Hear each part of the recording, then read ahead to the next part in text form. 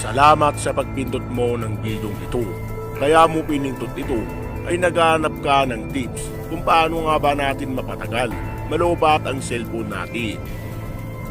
Kapatid, pero syempre, bago tayo tumungo sa topic na yan, ay kung bago ka pa lang sa channel ko at gustong gusto mo ng mga ganitong video ay mag-subscribe ka na para maging updated ka sa mga bago upload natin.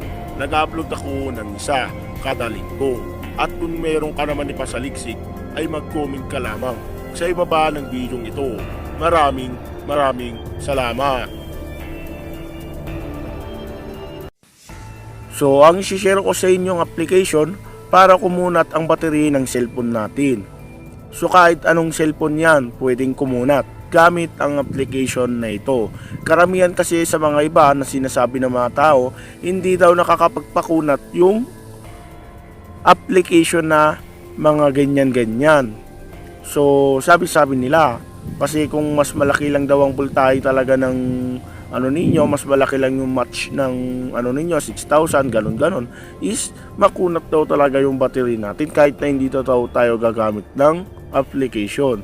Ang sa akin naman is, kung gusto nyo naman maniwala dun, maniwala kayo dun kung gusto ninyo. Ang sa akin lang naman kasi, kahit maliit lang yung voltahe ng battery ng cellphone ko, is napapakunat ko talaga siya. At ang kagandahan dito, hindi siya nagbabawas yung battery ng cellphone ko kahit na hindi siya naka-power off.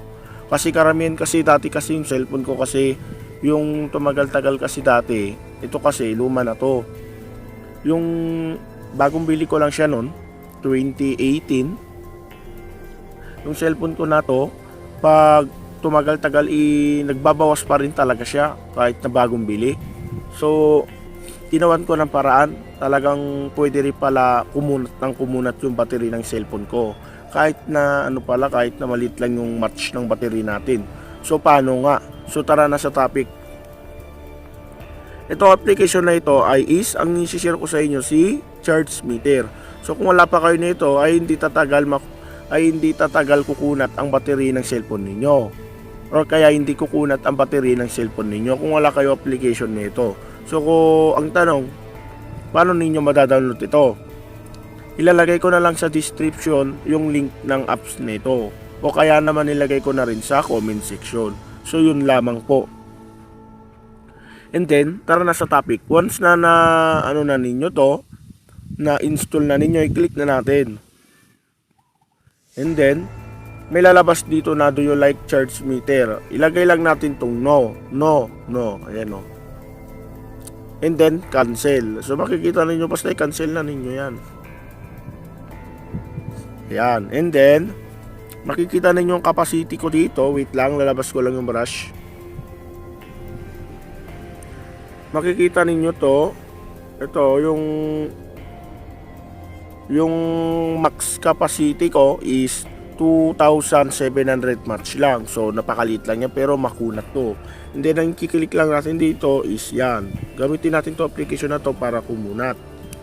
And then matik na lalabas na dito. Nagiginyan-ganyan na dyan na parang arrow. Yan o, yung makikita nyo na nagbibilang-bilang. Ayan. Kasi yan kasi yung nagbabawas sa natin, sa cellphone natin. Kumbaga, habang ginagamit natin, unti-unti siyang nababawasan yung cellphone natin, yung battery ng cellphone natin. And then, ang natitira na lang dito na lifetime max is nasa 1,445 match na lang. So yan na lang, alit na lang. So malaki na yung nabawas na sa 1,000 na. Mga 900, mga ganun.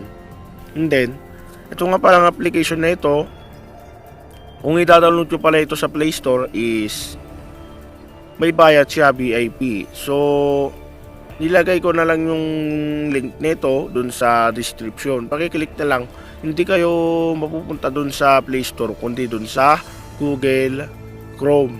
So yun, matik yun, nalabas naman na yung download button doon. I-click nyo na lang. And then, ang gagawin natin dito sa application na ito, i-click lang natin yung settings. So ginamit ko na ito clear data ko lang siya, pero nagamit ko na para mapaliwanag ko ng maayos. And then, i-click natin yan. And then, settings. And then, kung gusto nyo mag-block yung screen niya dito sa application na ito, ilalagay nyo lang dito yung dark mode. Ito, enable dark mode. Ayan o. So, yan. Click lang natin. Ayan. And then, matik magbablock na siya.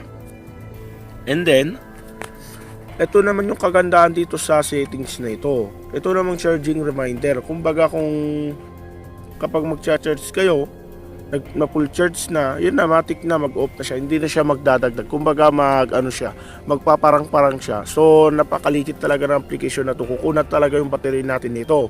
Kasi ito talaga yung kagandahan dito sa application na ito. Ito yung charging reminder. So, yan yung halimbawa, ito yung magcha-charge tayo ng cha-charge natin ng kung ilang percent yung abutin ng natin pagcha-charge. Halimbawa, 80%. Ayan, 80 or 88, 85, 75, mga ganun-ganun. Pwede rin naman 100 kung gusto niyo talaga ng napakatagal. So, kung gusto niyo talaga ng napakatagal is 100. So, napakakunat talaga, grabe, 100%. And then, ito naman, low battery reminder. Ito naman yung kagandahan dito sa mga karamihan kasi sa mga old phone, yung mga maingat lang sa cellphone na kahit pinaglumaan na maingat naman sila sa cellphone nila. So congrats sa inyo, ingatan nyo mabuti cellphone ninyo. So ang gagawin naman natin dito sa low battery reminder is i-click lang natin itong button. So ito, i-click lang natin itong charging reminder muna. And then itong low battery reminder. Click natin yan para kung, at saka pala ang gamit pala natin dito para may parang ganun din siya. Makikita natin dito na you will receive reminder to plug in the charger when your battery level reach 10%. Yun. Halimbawa, ilang percent ba ang gusto ninyo kapag malolobat na yung cellphone ninyo, doon na siya magpaparang na charge na ninyo yung cellphone natin or kaya cellphone ninyo. So, pasensya na, inubo ako.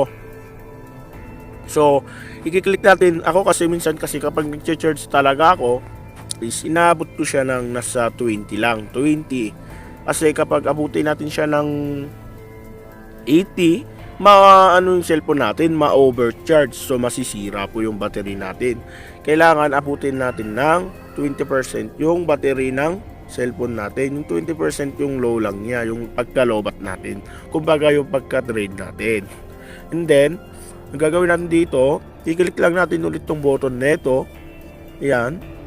And then, ulitin ko ulit, charging reminder, kailangan naka-on lang ito. Ito kasi yung charging reminder kasi, kung ilang percent yung gusto ninyo ma-full charge yung cellphone ninyo, i-click lang ninyo ito. Yan, ganyan-ganyan lang. Halimbawa, 70, ganun-ganon. Pwede rin naman 80, basta makunat pa rin yung cellphone natin kung nagamit natin tong application na ito. So, tutunog siya. Charging reminder, tutunog yan. And then, ito naman, low battery reminder. Ito naman, ewan ko kung tutunog to. Tutunog yata to, hindi. May ano lang dito, may lalabas dito sa taas dito. Ayun may nakasulat dito na charging reminder, naka-active siya. Kumbaga, naka-active talaga. Kung pwede rin naman natin i-on natin to or hindi. Hindi rin gagawin natin dito, muna natin siya. Pwede naman na natin i-activate yan. And then, itong low battery reminder, kailangan yan naka-on lang yan para pag malolobat na yung cellphone natin, matik, yun na, magpaparang na siya na lobat na yung cellphone natin. Karamihan kasi sa mga ibang tao na kapag magcha-charge sila, pag malolobat na yung cellphone nila, walang lalabas na low reminder, walang lalabas na low battery reminder. So, di na natin nakalain na lobat na pala yung cellphone natin, 5% na hindi kasi lumalabas yung na please charge your phone, low battery, walang ganon. So, wala na, masisira yung cellphone natin, masisira yung battery. So, kaya gamitin nyo tong application na to, napakalaki ng tulong talaga nito sa inyo. So, yun lang abang po, kung nagustuhan po ninyo itong application na ito, so gagamitin ninyo ito kapag malolobat na kayo para doon na magsimula yung pagkakunat ng battery ninyo. So, yun lamang po. So, ginamit ko nito, napakatagal na kumunat yung battery ko. Napakatagal na talaga malobat. So yun lamang po. So kung nagustuhan niyo po itong video na ito, please mag-subscribe na po kayo and then i-like niyo po itong video. So yun lamang po. On this keep waiting, maraming salamat. Kita-kits na naman po tayo ulit sa susunod. I'm out.